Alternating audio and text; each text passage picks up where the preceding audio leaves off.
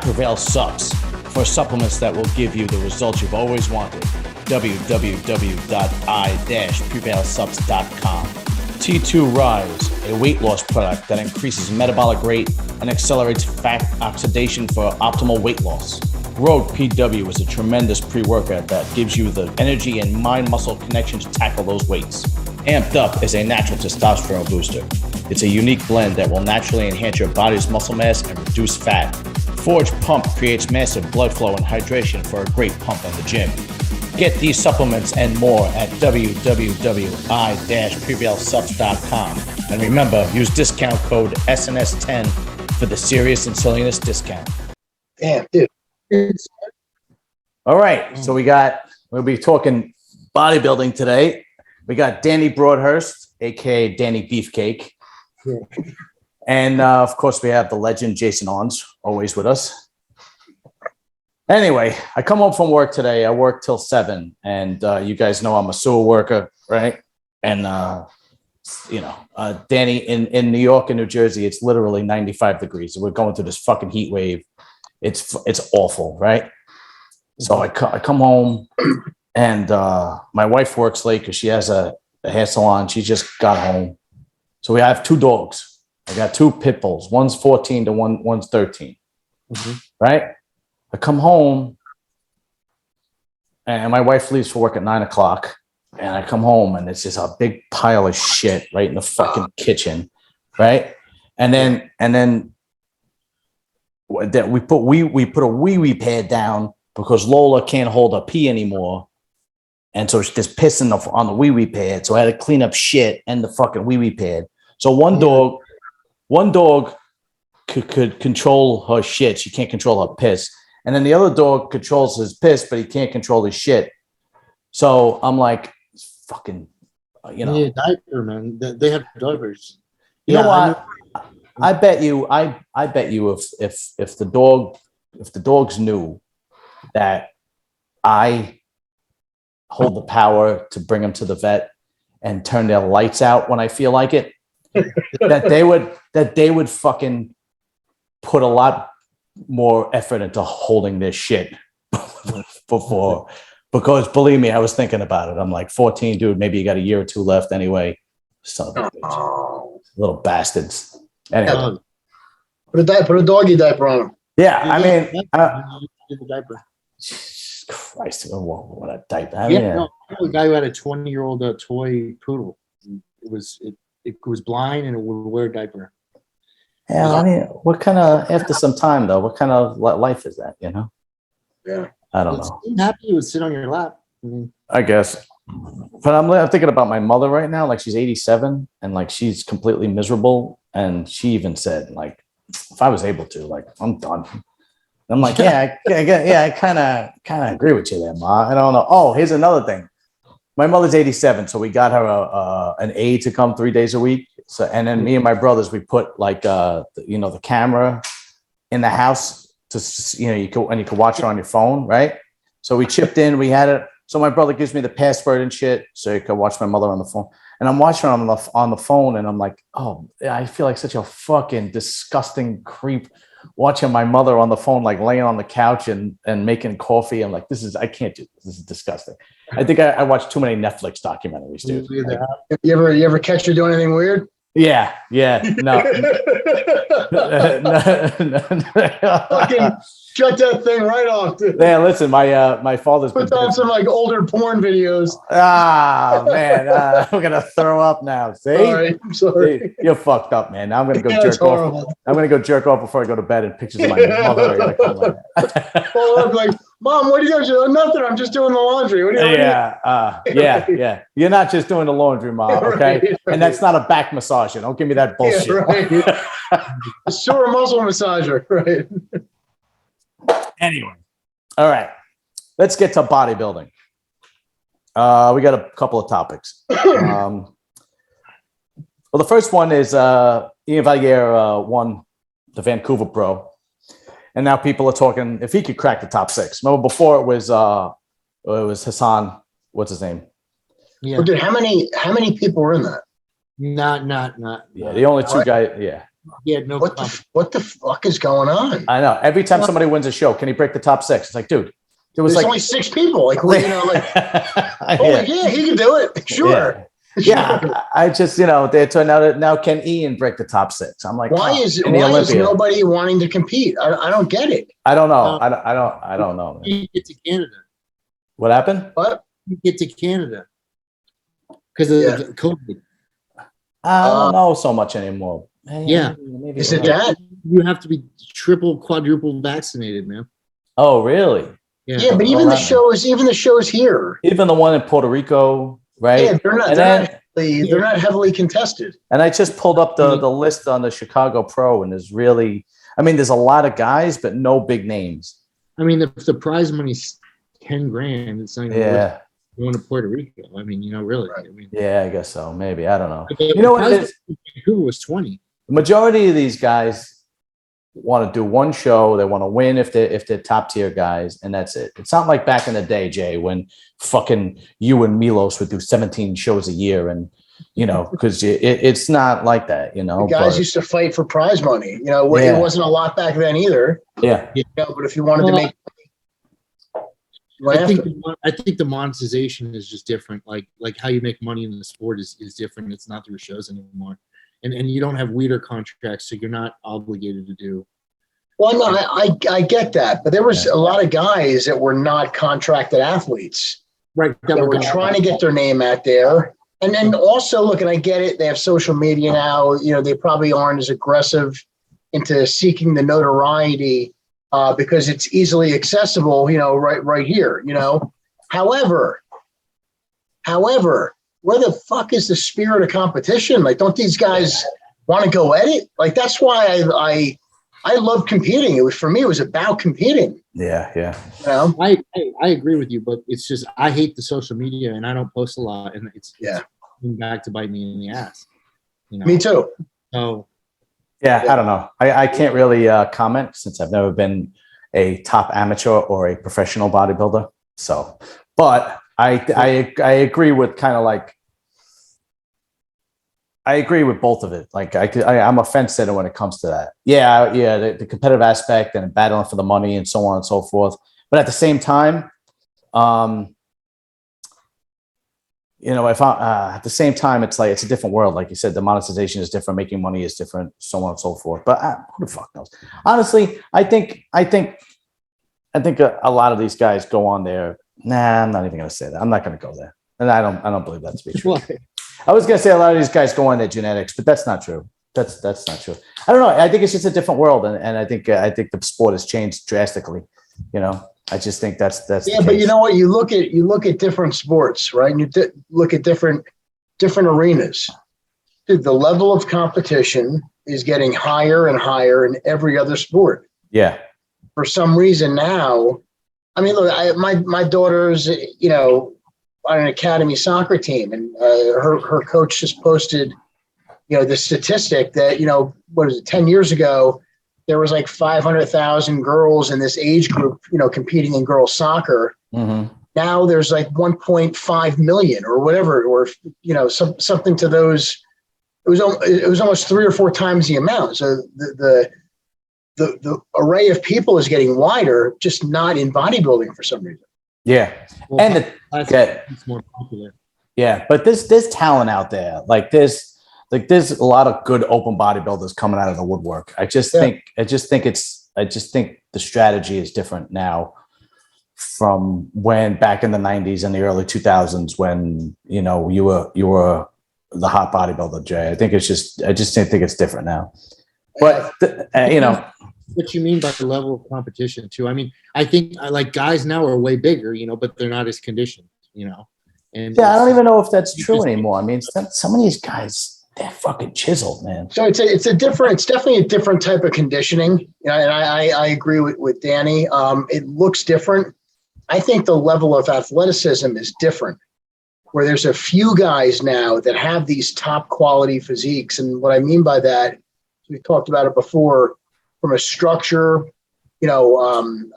symmetrical, proportionate point of view, where nowadays that's missing. It's more these big guys that are big and hard, look freaky, but they're not very pleasing looking. And I don't mean pleasing, to the aspect where you have to be a classic physique guy.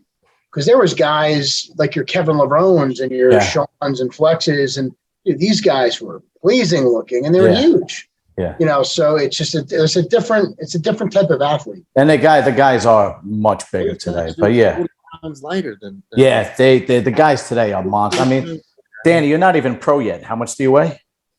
I'll be at probably 260 at national North Americans. I was 250, 248 at nationals.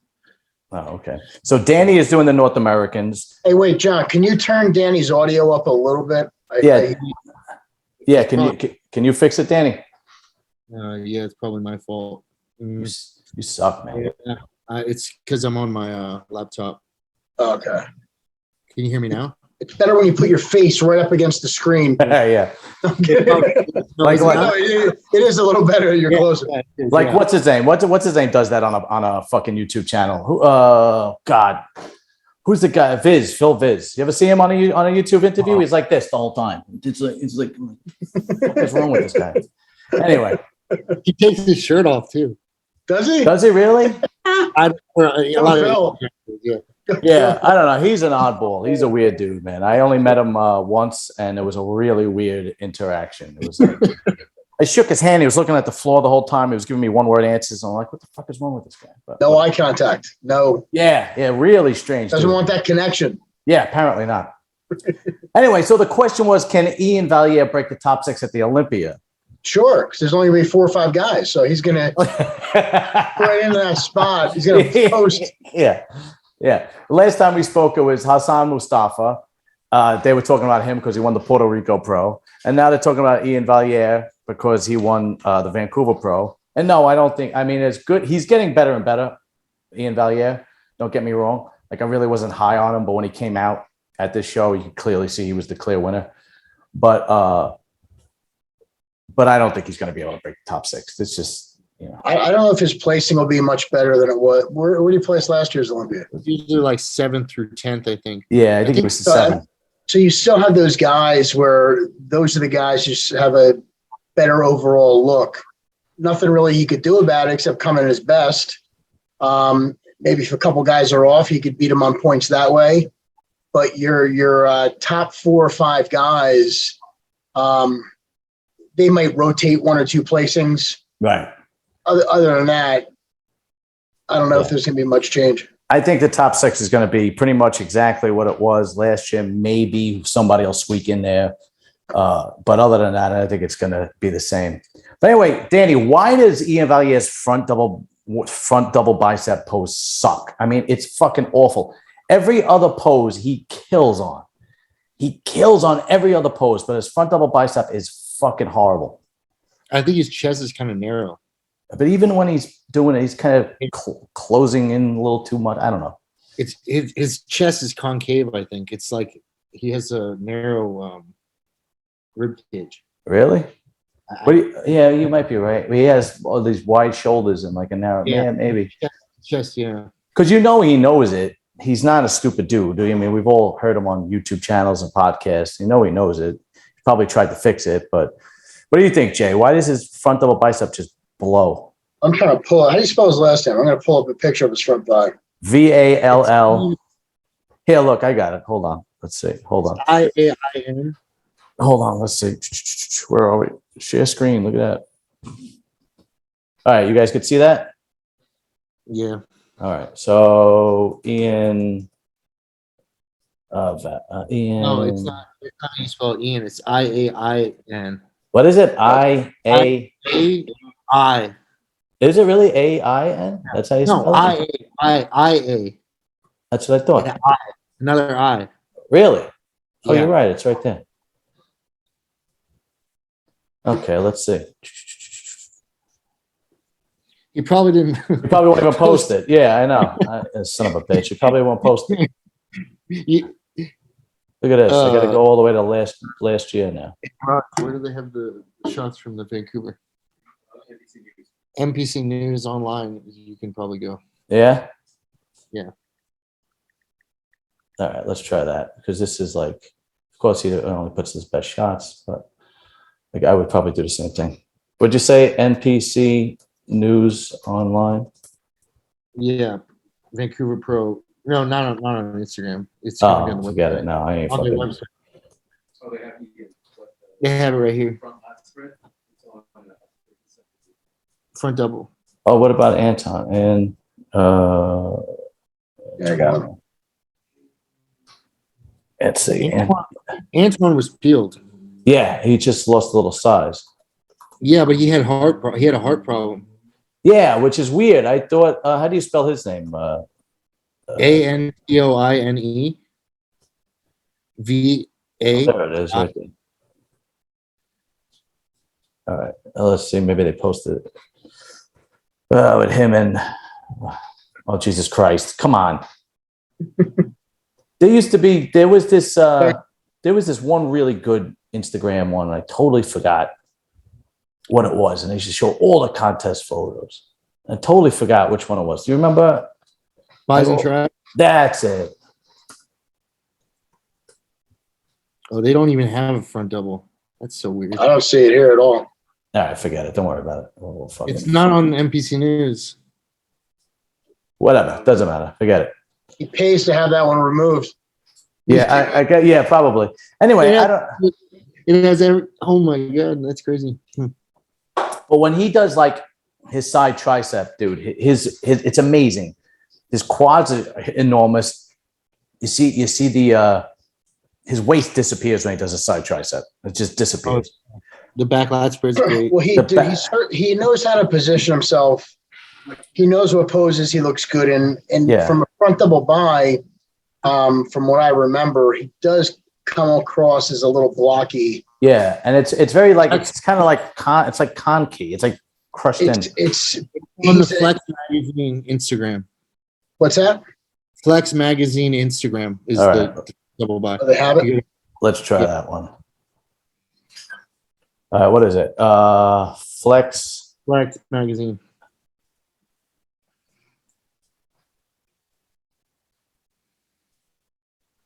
Come on, stupid.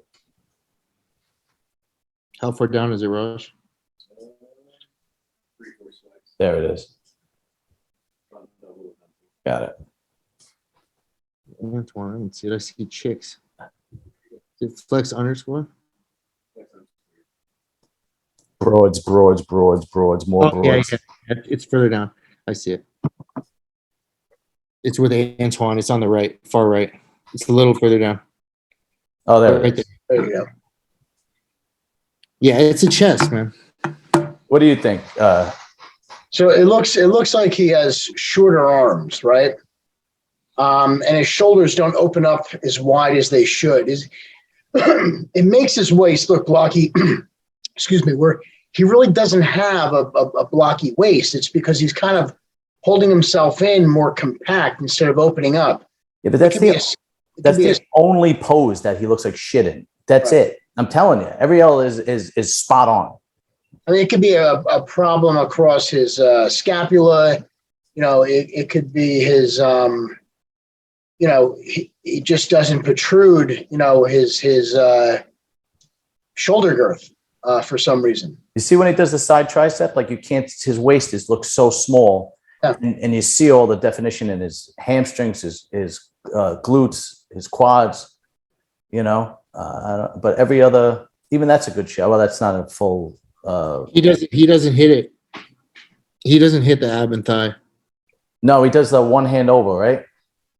Yeah. Yeah. All right. Whatever. Okay. Got it. Anyway. All right. Next topic. The next topic is Derek Lunsford. Apparently, there are bodybuilders out there that believe that he shouldn't get a special invite to the Olympia. And I don't know. My attitude is you're 1 to 212. I mean, that should qualify you to do the Open anyway. In my opinion, I know that's not one of the rules, but my opinion is if you're 1 to 212, you're the 212 Mr. Olympia. I mean, in my head, like, they gave it to Flex. They gave it to a lot of people. Remember back in the day, Lou Ferrigno got it, Jay. Yeah. You know, Yeah. but 1 to 212. No, they gave it to, I believe, well, Flex Wheeler never did it though. David Henry got it one year when he won the 202. Flex Lewis got it. Flex Lewis, right? Kevin English even got it, I believe. Yeah. But the only people that are complaining are people that feel like they can't beat them. Yeah, I was watching Desktop Bodybuilding, and it was Nathan D'Asher really saying basically that he should have to go through the structure that they go through. He's got to win an open show and qualify. He won the Open Olympia 212, and yeah. Hey, look, there's what's the criteria for the Arnold? It's an invitational only. Right. And at the Olympia, this has been from generation to generation. They give special invites. Yeah. To and look, there's been worse invites than having Derek Lumpsford, the standing 212 Mr. Olympia champion. Yeah. As one of the invited athletes. I have no problem with that. Like they've given invites to people who they just think will sell tickets. And right. Kevin Levrone got an invite a couple years ago. That's right. Didn't make a good showing for himself. Probably should have stayed retired. And I'm a huge fan of Kevin's. But they've done worse than offer to Derek Lunsford. Yeah, and if you remember the first Big Grammy Olympia that he won, that was a special invite because he wasn't right. Yeah. So listen, and talk about a guy who could break the top 6. That guy could break the top 6 in the Open, Derek Lunsford. Oh, yeah. For sure. So I think so too. I think a lot of these guys are like, fuck, he's gonna he's gonna throw a monkey wrench in the mix. But it was who was on the show? It was Nathan, Martin Fitzwater, and Brett Wilkins. They were talking about it. But of course Nick Trigilli, he does all the gossip. So that's what I was watching when they were talking about it. Yeah. All right. Yeah, I don't see a problem with it. I think anybody who wins the 212, I think that should be a rule. I think anybody who wins any Olympia should be able to like I think, what's his name? Who's the classic physique guy? Bumstead. I think he should get an invite, if he wanted. That's a different animal. Yeah, but I think to me, that should be like, when you get your pro card and you get it in like classic, but you could do whatever division. Yeah. I think if you win an Olympia title, in my opinion, I don't think that's fair. Yeah, they give out pro cards to every other class besides open bodybuilding at junior nationals, at junior USAs. So you can just turn pro in physique or classic and switch to bodybuilding. That's right. Yeah, that's. I mean, all I'm saying is, I think if you win an Olympia title, you should be able to move around. Screw you guys. You don't have to agree with me. Fine. No, I do agree. Well, any past Olympia winner automatically gets an invite any other year they want to. They could take 4 years off. Yeah. They could take a couple of years off and come back and do it. They've done that before. Derek happens to be a 212 winner, but it's still an Olympia winner. Yeah. I know it's not part of the rules, but I think you're right, Jay. I think people are just like, oh, fuck, this guy's going to come in and throw a monkey wrench into the – because did you see – I don't know if you guys watched the what's his name? The Fuad Abiyad's podcast with Nick Walker. And Nick was like saying, like, I see Derek Lunsford every day. Oh, yeah. And he is going to be a problem for everybody. Yeah. And he is. Yeah. I mean, he fucking is. And if Nick Walker is saying that, because Nick Walker is like the most confident guy you're going to talk to, right? If Nick Walker is saying that, that is the God's honest truth, Yeah. But now that guy could break the top 6 this year if unless he takes a massive shit and fucks everything up, which I doubt he is because he's got Hanik Ramrod. Ramrod, yeah. All right, other than that, what else is happening? Okay, so Phil Heath is now replacing Sean Ray, right? Is he replacing Sean Ray at the Olympia? Yeah. I wonder how Sean Ray feels about that. Oh, he's not happy. No, definitely not happy. Well, he says they shouldn't be replacing commentators. They have to qualify at a different show to qualify as a commentator. They can't just go in. No, I'm kidding. I think you scared the shit out of me. I like Sean. That's why I know I know a lot of people have a lot of problems with him, dude. I've always respected Sean. I could see the argument where people didn't like him as an announcer. I see the argument, but dude, he's an experienced guy. Yeah. Yeah, and he does look at it from the eyes of a fucking nasty competitor. Right. Maybe he does, always kind of bring it back to, oh, these guys aren't like our guys, and yeah. That shit, you know what I mean? Yeah. Talks about himself. Yeah, I'm that generation too, and I don't want to hear. It's like me listening to how bad my parents had it or my grandparents had it. Right. I was like, dude, fuck you guys. We don't want to hear that shit. Yeah, I walk 2 feet in the snow to get to school every day. Whole way is uphill. Yeah. Yeah, all that shit. Yeah. So I get that argument, but Sean was a seasoned veteran with impeccable credentials. Who, if anybody, and Phil Heath too.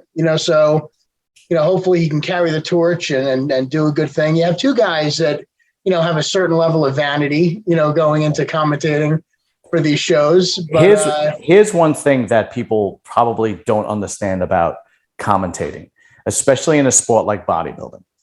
There's not much to commentate. Right. So like if you ask somebody that commentates for football or basketball or hockey, it's constant. So the commentating is quick. You got to be quick, but there's a lot to say. If you ask somebody who's commentating for baseball, that's the most difficult one because it's very boring and very slow moving. Bodybuilding is kind of like the same way. You see Danny comes out and he hits his shots and, so on and so forth. And it's like, okay, we got to comment this and that. And once you cover all the body parts or so on and so forth, there's like dead air time. And I think what people don't understand is that Sean Ray was good at closing in that dead air time, where I think Phil, because he's never done it before, I mean, he might do a great job. I'm sure he'd probably do a good job. But all I'm saying is I don't think he understands about how to fill that dead air time. The last thing you want to do is be watching a live stream and nobody's talking. You just like. I kind of want him to not talk. Really? Yeah, I hate the commentary, man. Really? You're the guy who puts it on mute? I like the commentary. No, I mean, they do it during the routines, man. It's like, shut up. All right. Oh, Danny has a point. Jesus, you guys suck today. No. I'll tell you why. When you're commentating during a football game, right? You're commentating on the whole play. Oh, you know what? The defensive end missed his line, missed his point of view. He missed the quarterback.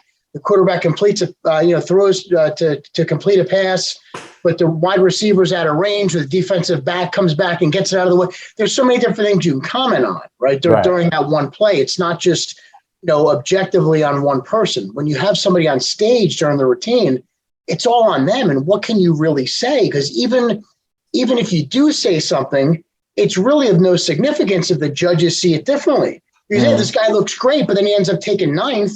And like, hey, dude, I thought you were the commentator. You said he looked great. Well, the judges didn't agree with me. So it's a different type of commentating where, you want to let them go through the routines. You could beef them up a little bit at the beginning. This is what he's coming from. This is how he qualified. This is how he placed last year. Let's see how he does today. And then you make your comments after his routine's over. And then you could what's that? We used to do that. Yeah. And then you make a few comments during the pose down at the end for the overall, but to sit and nitpick on somebody when, he should have done this and he should have done that. Well, dude, this is what he brought to the table. This is what we're working with. How does it compare to the rest? And really your opinion is irrelevant because it's up to the 9 judges up front. Yeah. You guys suck. The routine I think maybe if they're commentating on the comparisons, but like the routine, I just feel like it's like let me hear the music, let me watch the routine, and then just for that section. Yeah, the guy's performing. You want to see what he's putting out there, and for you to chip away this, and that's something that's scored also. That's judged. His routines, at least at the higher level, are still, I believe, judged. Only at the Arnold. Only at the Arnold. I thought so too. Yeah, I thought the Arnold was the only one. They brought that back at the Olympia. I think they give a best poser award. Okay.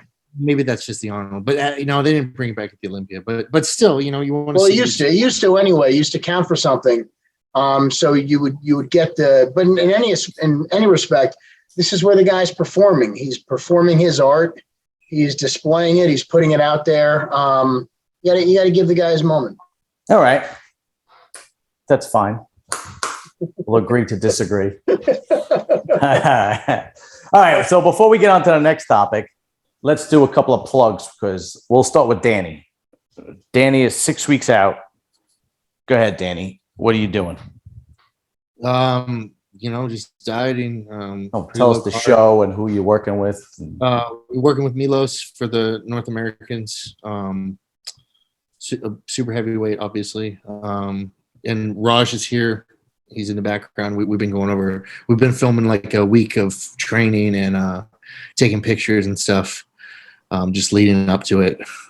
So, yeah. I mean, last year you came in 6th at the USA. Is that right? The Nationals. The Nationals. Okay. Yeah. All right. Yeah, man. You definitely got bigger and built on your physique from last year, so you're gonna be a force.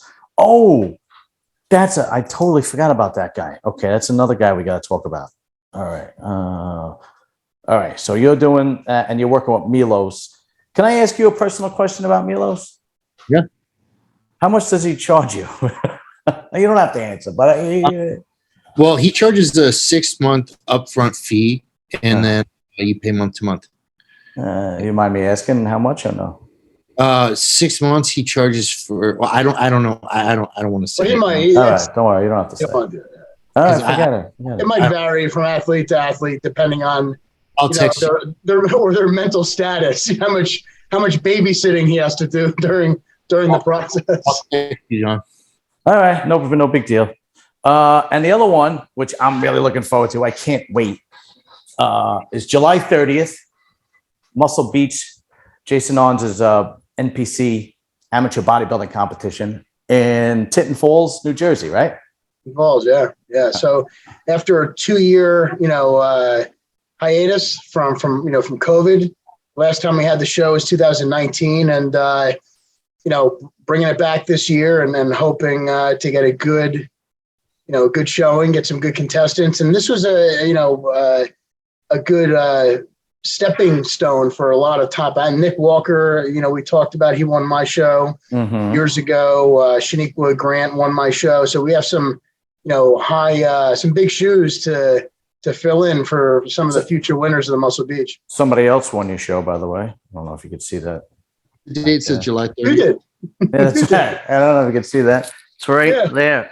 No, that's the Tri-State. Sorry. That's not my trophy. That's not your trophy. Your trophy's next to it. Sorry. There you go. You're the big Is one. that it? Yeah. There you go. Yeah. What year was that? 2012. Damn. Yeah. That was at Monmouth University. Oh, yeah, you're right. Holy shit. Right? Yeah. That's in a week. Yeah. Yeah. And I'm going to have a booth there. And I'm going to be promoting Serious and Silly's YouTube channel. And I got the big billboard already. Not the billboard. I got my wife has got to finish making the shirts. Oh, nice. I got pens. Stage banners. I got my stage banners today. They came in the mail. There you go. I got pens I'm going to hand out to people. Everybody needs a pen. So come down and get a free pen. And a free subscription to the Serious and Silliness podcast. Yeah, and the shirts will be very reasonably priced because I'm not looking to make any money. I'm just looking to promote my channel. And my niece will be working with me because God forbid I could find somebody that actually wants to fucking work. It's unbelievable. So, but she can only work during the day. She's got to leave because she's got plans that night. And I still don't have anybody. My wife doesn't even want to fucking come down and do it. I just asked her. She's like, no. Really? Not doing it. Yeah, because she gets home. Like I said, she owns a hair salon. So Thursdays, Fridays, Saturdays are like the busiest days. By the time she gets home, she's not going to want to drive an hour and then stay there all night till, 11, 12 o'clock at night. No, we get done by hopefully by 10. Really? Dude, we run it quick. We get them done, dude. We get them in and out. Are you having Guy backstage? Yeah, Guy will be there. You remember that? Yeah, Guy actually trained me for your show. Did he? Guy Del Corso, yeah. Absolutely. Yeah, dude, he does a good job. He's there every year. He does do a good job. He makes that shit run. Matter of fact, thank God, because these things could drag out, and the last thing people want to do is sit in an auditorium at the end of July, beginning of August all night, so but it's different now, dude. It's not like, even 2012 when you won it, where people would buy a ticket, to watch the finals, they sit in their seat. Yeah. They sit in their seat and they watch the show. Now it's like, you have people that come for the bikini girls and then they're gone, dude. And then you have people that come for the bodybuilding and then they don't want to see the classic physique or the physique guys or the wellness. They got shit to do. So it's like a constant reshuffling of the auditorium. So it really never looks fully packed at one time. But it's constantly, there's a constant flow. Which, hey, how many competitors you got so far? I haven't even checked it. I try not to look at it because they all come in like the last week. So, usually you double them the last week. So if I could double them, we'll be in good shape. See, when I used to compete, I used to do it immediately because then I was that guy too, dude. Those days are over. Because there was like a goal. Okay, I got to get in shape in 12 weeks or 10 weeks or whatever. What'd you say, Danny?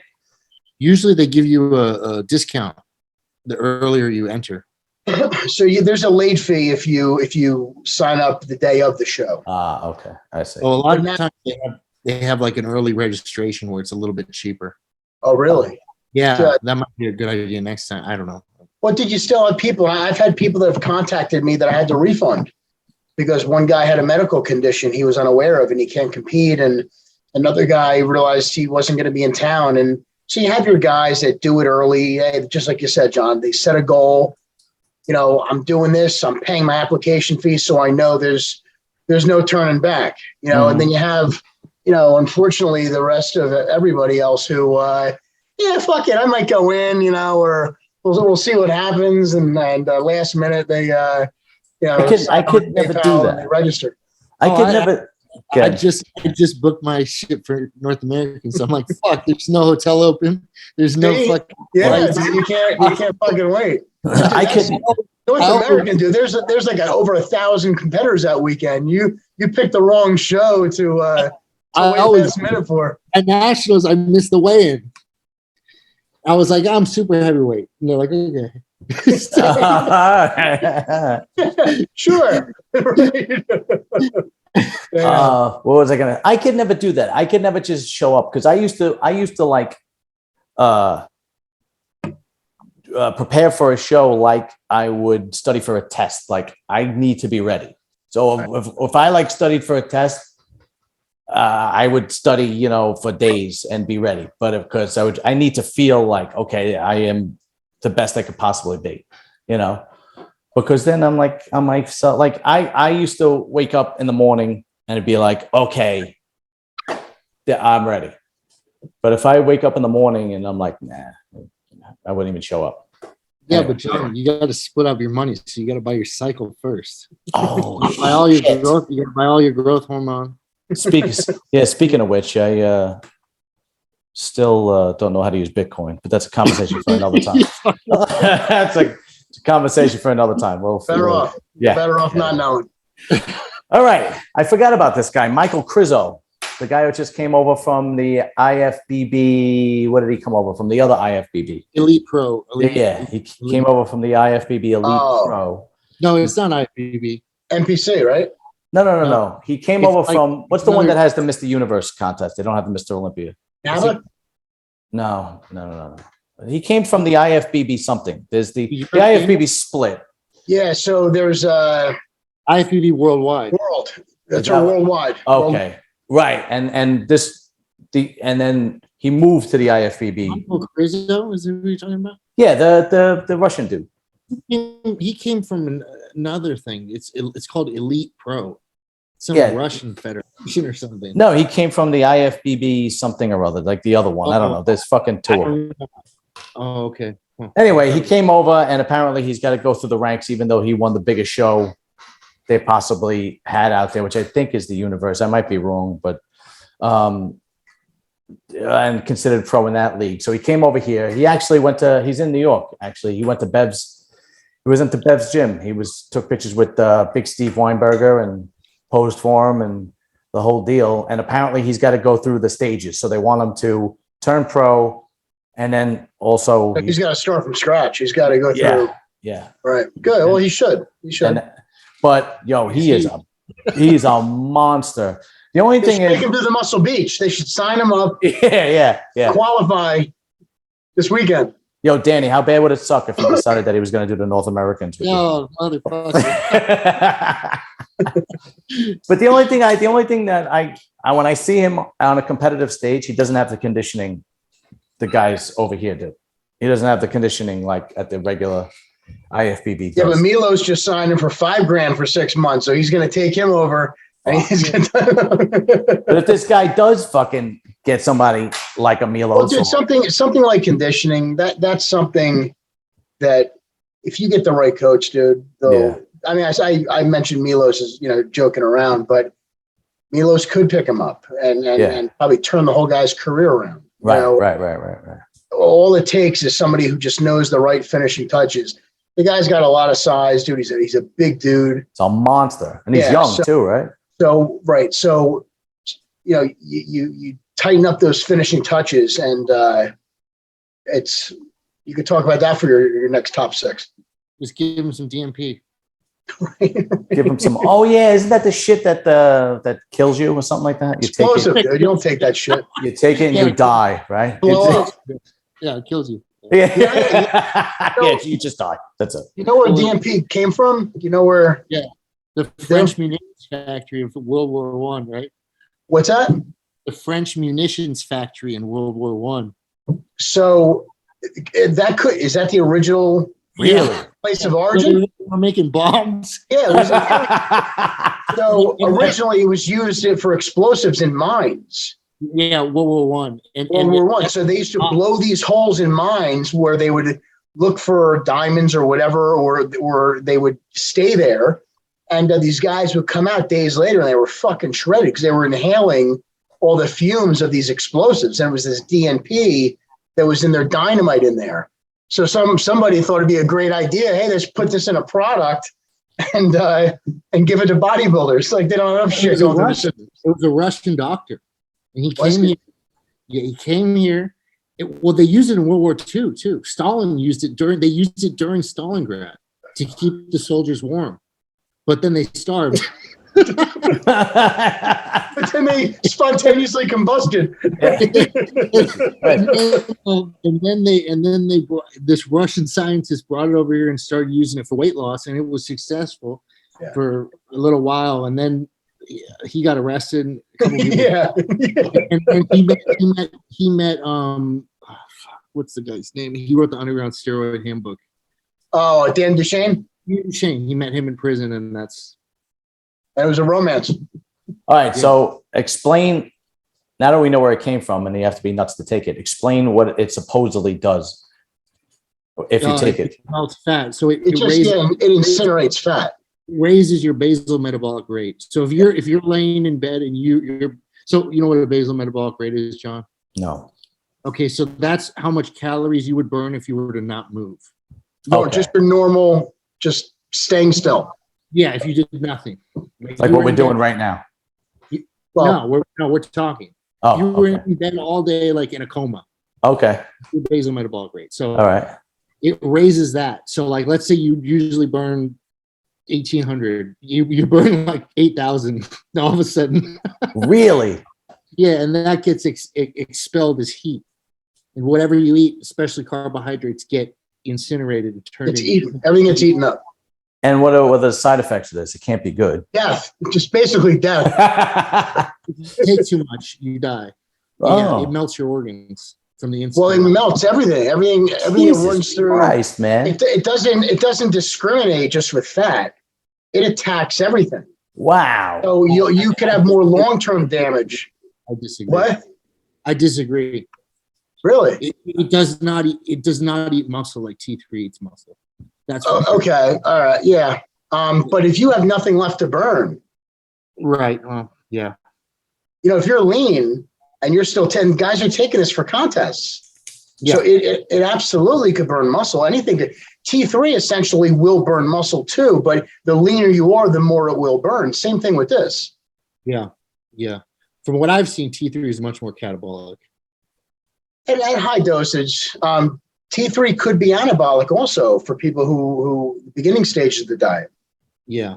And just to promote a synergistic effect with your anabolic hormones. Your growth hormone, yeah. Growth hormone, testosterone, insulin, yeah. Well, Have, both, have either one of you used DNP? no comment. No comment. Fifth. I'm invoking the I fifth would here. never advise anyone to use DNP. That is what I was saying. Okay. Well, I've never used DNP. I've never used T3 either. I've used T3 in very small doses. Yeah, it's not. I've used Shelby Starnes had me use T3 at 125 micrograms when I was like fucking 18 or something, or 20. No, I was 23. So, but yeah, dude, that's just. It ate everything off my body. I had no muscle left. See, that's why you experienced effect. I use 12 and a half micrograms every other day. Wait, you used 12 and you used 125, Danny? No, not hell no, not since then. No. I mean then. Yeah, him and Dave do that shit all the time, man. I don't even know who we're talking about. Shelby Starnes, he coaches all the women, man. All the women, like top fucking 10 of them in Olympia are all his. Oh, really? Ella Trevino, all of the female physique, bodybuilding, and figure competitors are all coached by Shelby, and he was coached by Dave Palumbo. Really? And so he took what Dave. That's what Dave does. Same thing. Like, you're not losing weight. Oh, add 12.5 T3. Add 20 clan. Add 12.5 T3. Add 20 clan. That's what they do every week. Yeah, I don't know, man. That's fucking crazy. But I could see why you would do it with the girls, because the girls, like, God forbid, and not for nothing, but you've got to be a little fucked in the head to be a fucking bodybuilder. I don't know. It's just, especially if you're a chick, like, seriously, like, I mean, the drugs that you take, they have such a, to me, I don't know, I might be wrong. They have such a lasting effect on women than they do with guys. It just seems like it affects them worse. Most of them don't know what they're getting into. That's what it seems like. Then it's too late. Speaking of which, Shelby knows that. Oh, does he really?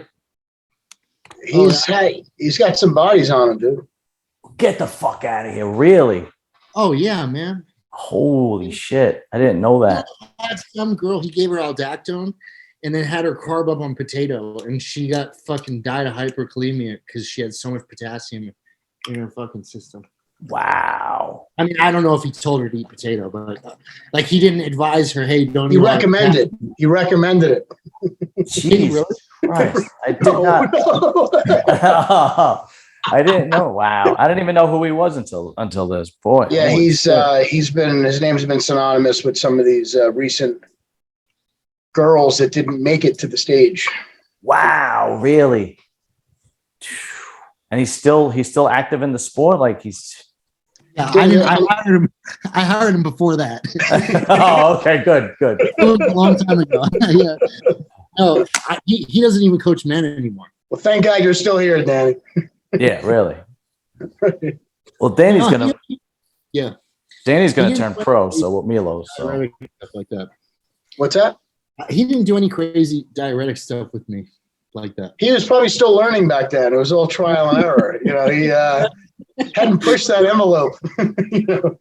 He was waiting, waiting for somebody with a female structure, somebody he could, go at it with. But it's just it's irresponsible. If you have to rely on drugs to get somebody in shape, then you should find another job, more or less. Yeah. But Jay, when you were in the midst of your bodybuilding career, what was the craziest thing that you've heard somebody doing? You don't have to mention names, but what was the craziest thing you've heard one of these guys that you competed against, or that you knew that they did to get in shape for a show?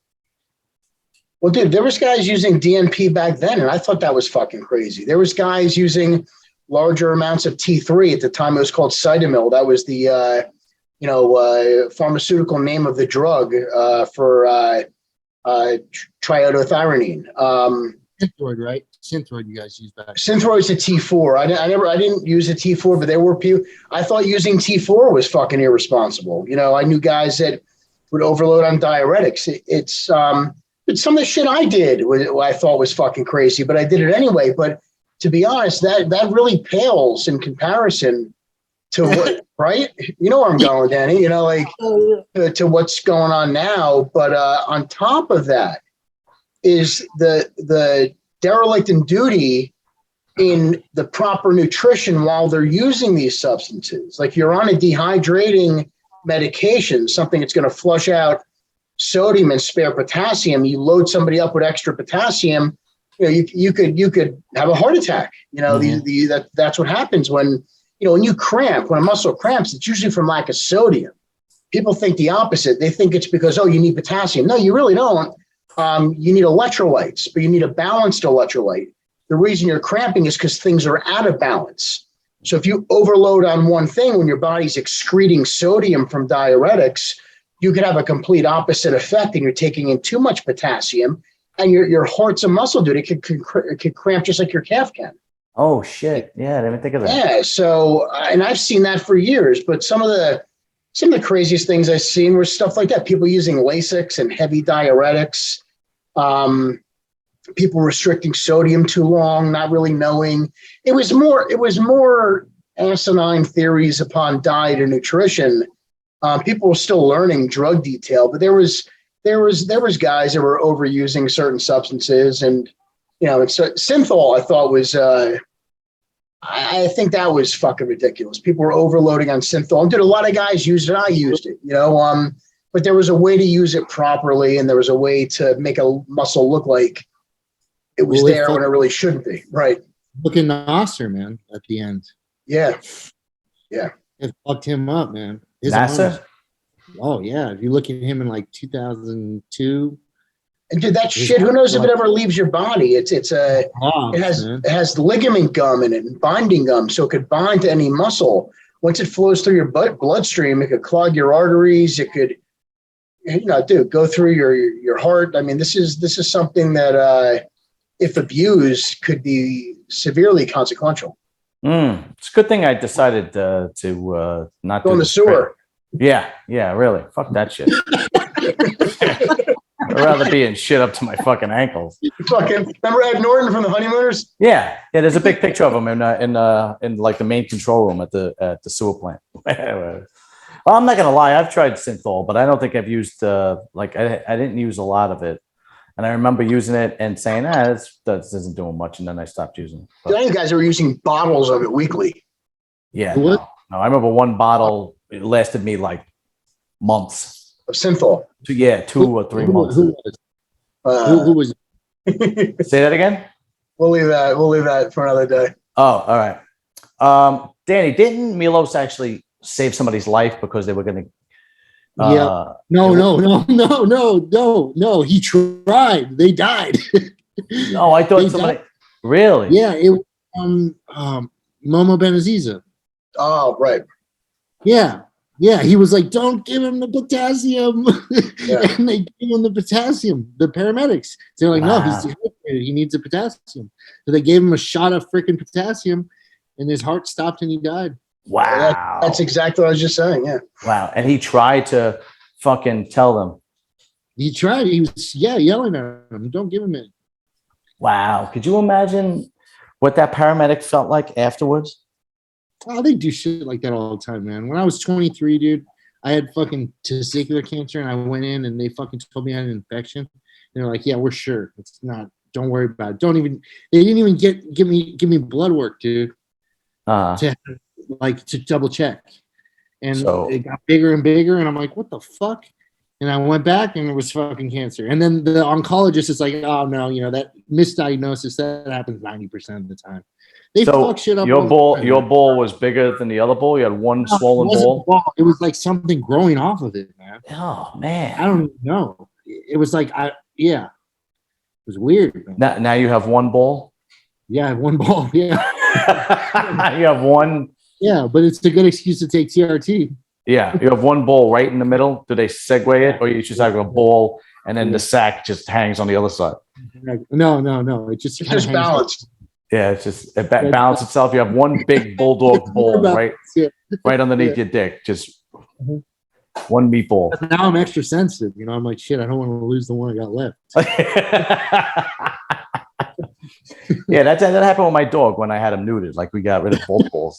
You know how difficult it was to get him back in the car after that? Even if I was taking him to the park, it was unbelievable. Yeah. The dogs, they have the fake ones. Yeah, how ridiculous is that, man? I'm serious. Yeah, I've heard the same thing. I've heard the same thing for dudes too. Yeah. You want to talk about the Chicago Pro, or you want to talk about Andrew Jacked and if he's going to do well at Texas? The only thing is I don't know who else is competing in Texas besides Martin Fitzwater. Antoine. Oh, really? Antoine? Well, if Antoine, I don't know. Kuklo. Oh, yeah, if he does it. He'll win. Yeah, if he does it. That's your boy, John. Justin, yeah. I always liked his physique. Justin Mackey. And you know that they're all doing Texas because the list isn't out yet. No, because Raj is filling me in. I've got my fucking guy. He's got his inside guy. Yeah. Yeah, I got my inside guy right. No, if Kukla, I always liked because he was, I don't know, he was always like had that broad, big, small waist, but he came in like rock hard, but he kind of lacked a little bit of that like roundness, I guess you could say. What'd you say? Kuklo? Yeah. Like you put him up against, like if you put him up against like a guy like Dexter or, Dexter always had that round muscle belly, and kind of Kuklo kind of was like the opposite. It was like the complete definition of a white bodybuilder versus a black bodybuilder, that hard, grainy look as opposed to that round, beautiful muscle look kind of deal, All of them. He's big. Yeah, he's a big dude. Yeah. Didn't he have something going on with like his wife, or he left his wife or something like that? He's had many wives. Yeah. Really? Which one? Yeah, he always gets with another one and then marries a new one. Like he loves it. He loves it. He loves the variety. Yeah. That's fine. Then don't fucking get married. Because he keeps getting married. Yeah.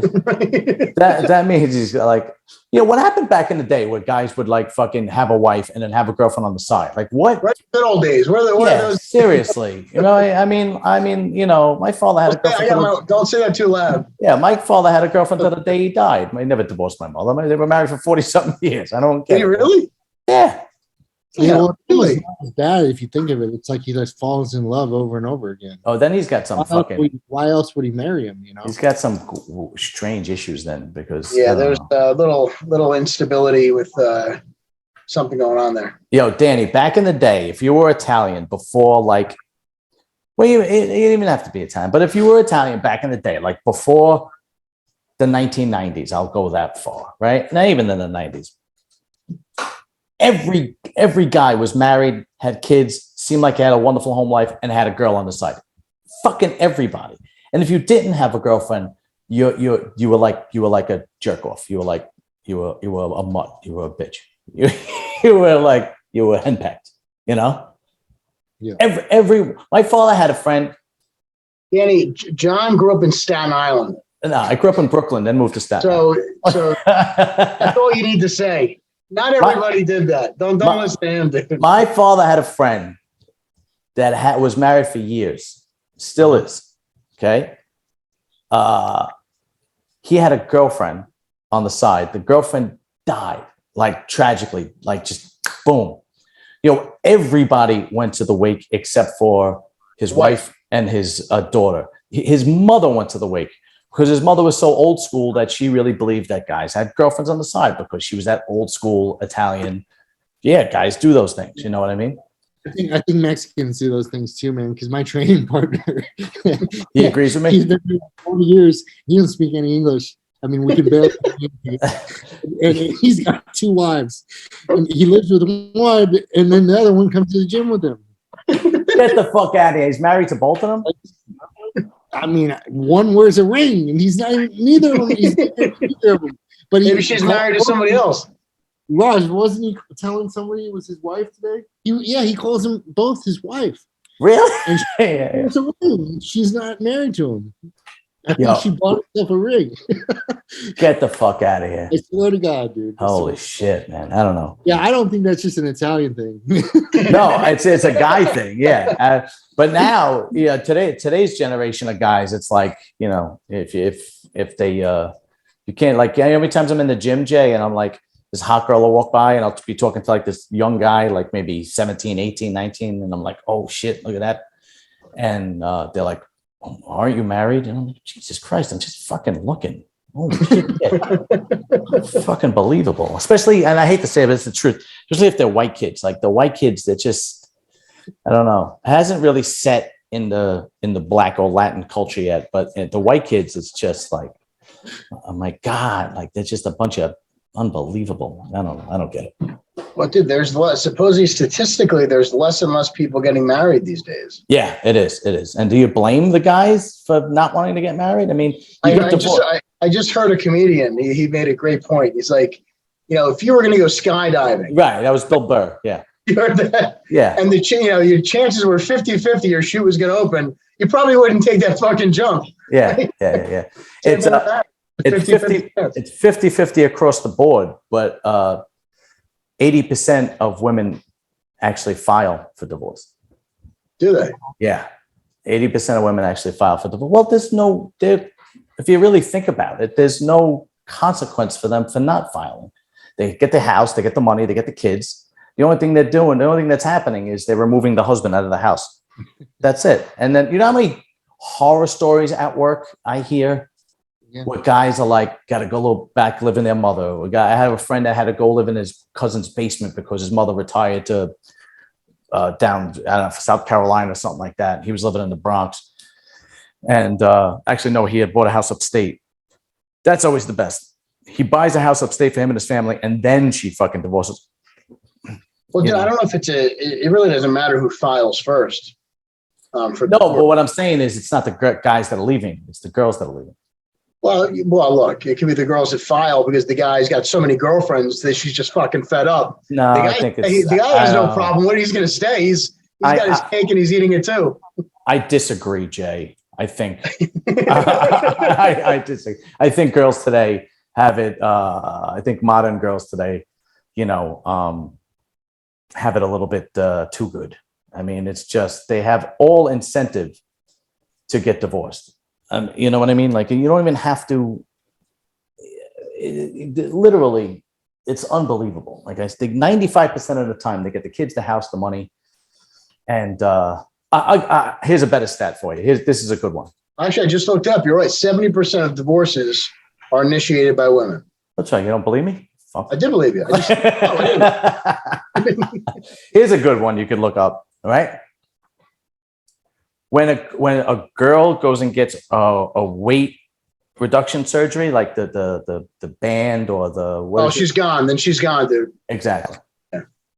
The stat actually is if they're married and she is obese and she gets the fucking surgery, 85% of the time in the first 2 years they file for divorce. Yeah. Well, that's what women they've had enough. They want to make themselves better before they go out there and try to find something new. And you see that with guys too. They start getting in shape and they start taking care of themselves. Then they go out and the guy that murdered his family. That's what happened. Yeah. That show. You're talking about the American in Colorado. Yeah.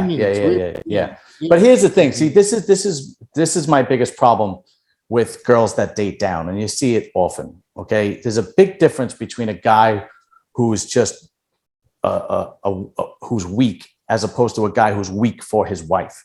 And that guy that she married, and if you watch that documentary, she was a dominant bitch.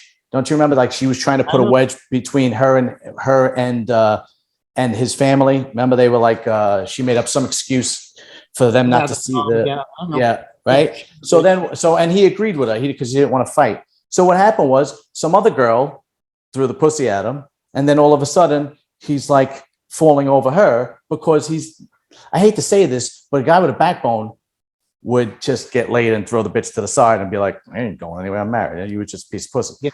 Right. But this guy fell hell over heels in love with this other girl who was fucking, who was banging him, knowing that he had kids, knowing that he had a wife, and was chirping in his ear that she didn't want to have kids with somebody. She didn't want to be with somebody who had kids. So she's chirping in his she's chirping in his ear, and then he decides one day that he's just going to kill his wife and his 2 kids. Oh, that story! I don't know what you're talking about. Oh shit! That's logical. I mean, that's that's one way to do it. And it's just like, it's just fucking unbelievable, dude. And that's why that's an extreme case. Don't get me wrong, but that's why when girls marry guys that they can completely control and dominate, you're marrying a wimp, you're marrying a bitch, and that's why you can control and dominate them. And this is an extreme case of what could possibly. They're going to kill you. Yeah. Well, think about it, right? Think about that. Think about a girl that controls you and dominates you, right? And then you're with a girl for years that dominates you. You can't do anything right. You're doing is going to work. You're basically a wallet and sperm for the, to donate to have kids, right? And believe me, dude, like I've seen this happen before, right? Yeah. And then all of a sudden you meet a girl and she manipulates you in the opposite direction. She rubs your back. She makes you feel special. Maybe she cooks for you. I mean, if you're a guy that is easily swayed like that, easily manipulated, you're gone. My neighbor happened to me, a lady across the street. You'll leave the wife. I get it. Yeah, and it happened to me to a lady. That's why you don't want to. There's guys. There's guys that are just like that. Yeah, right. And then what happened? They want the woman to take charge. They don't want to be bothered. Dude, I see it all the time. Yeah, exactly. And the problem is that there's no problem, because the reality is they're not unhappy. That's how they like it. Sometimes what happens is the woman gets aggravated because, hey, dude, you got to step up and be a little more of a man. But that's not who you married. You married a guy who, because if you're a dominant person, right? If you're a dominant person, you're going to marry somebody who's submissive and vice versa. Okay, because you're not going to have if you're a dominant woman, you're not going to marry a guy. No, not necessarily. That's 100%, man. 100%. Not at all. You could attract. There's opposites that attract, and there's similarities that attract. And Jay, generally speaking, that's if a girl's generally speaking, right? Generally it's not. Nothing. There's exceptions to every rule, but I'm talking generally. But generally speaking, if a girl is dominant, she is going to attract. Well, no, she's going to choose. She's going to want a guy that's submissive. Yeah. And then, but the problem is that instinctively, girls don't want a guy who is submissive. They want a guy that leads, right? And is masculine. So then after some time, they're going to lose respect for you no matter what. You know how many, dude, I have friends at work, and there are guys like me at work, don't get me wrong, but then I got friends at work that, I mean, you got to hear how their wives talk to them. It's unfucking believable, like on the phone and whatnot, because let's be real, like 70%, I would say probably 70% of guys are not regular dudes. They got man bods and their dad bods rather, and they work at a regular job. It's, they don't have the great confidence. And the first girl that comes along, that's what they clamp onto, no matter what she does, because God forbid, when's the next time he's going to meet a girl? I have a friend. All right. This is the God's honest truth. I have a friend who married a girl. This was the first girlfriend he had in years. And I'm talking years. Okay.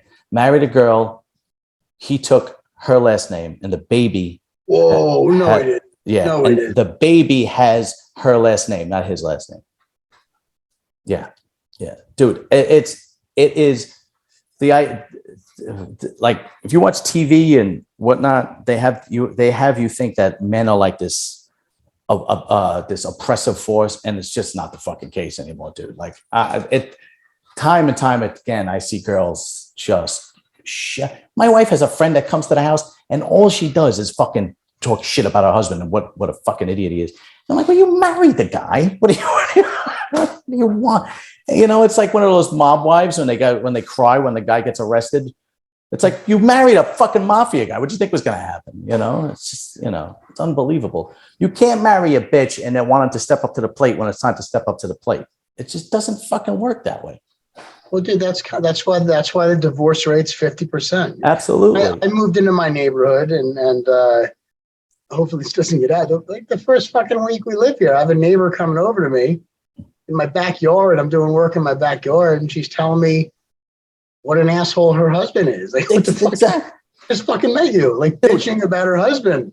You know how he doesn't do this and he doesn't do that, and my wife's looking out the window like, "What the fuck are you talking to my husband for?" You know, like, yeah. But you married him, like, you know, that's exactly, dude. Your bed. This guy retired. He's not working with me anymore. Danny, I swear to God, we come in on Saturday. We're doing overtime. It's me and this guy, and I'm not going to mention names. Okay, he comes in with a big lump on his head, right? And I talk. I love to talk. So we're working together, and I'm shooting the shit. And I said, hey, so-and-so, fucking been talking all day. You're not saying a word. What happened to your head? It's like, finally, at the end of the day, I was like, yo, dude, what happened to your head? Why do you have a lump on your head? He goes, I got into a fight with my wife last night, and she hit me over the head with the cordless phone in the house. It's like, and if you go through Jay, you can check this. If you go through the stats of domestic abuse, physical domestic abuse, the men hitting the women, right? The calls that the cops get with men hitting women, are the least amount. So the first is lesbian couples that get married, 2 women. Then the next is 2 guys, right? And then after that, it's usually most of the domestic violence calls are when both guy and girl are hitting each other or beating each other up, and then it's girls that hit guys, and then it's fucking guys that hit girls. It's like the last one on the fucking list, but you'll never. Nobody. You're wrong on that one. No, not. I'm 100% accurate. Look at it right now. Number one is no, about the percentage. Oh, the percentage. I didn't give any numbers. So it's 76% men committing the violence, non-lethal, non-fatal domestic violence. 24% were committed against men by women. I have to double check. Now I got to edit this out because I'm wrong. That didn't happen. Whatever. We're all wrong sometimes. Yeah, absolutely. You more than others. Shut up. If the man hits the woman, it's going to do a lot more damage. So. Yeah, I didn't think that was right. It didn't sound right. All right. Well, Google, all right. Google how many false allegations there are with men. But dude, I agree. It could be that. It could be emotional abuse. More women committing it against men. Look at Amber Heard and Johnny Depp. If you follow any of that.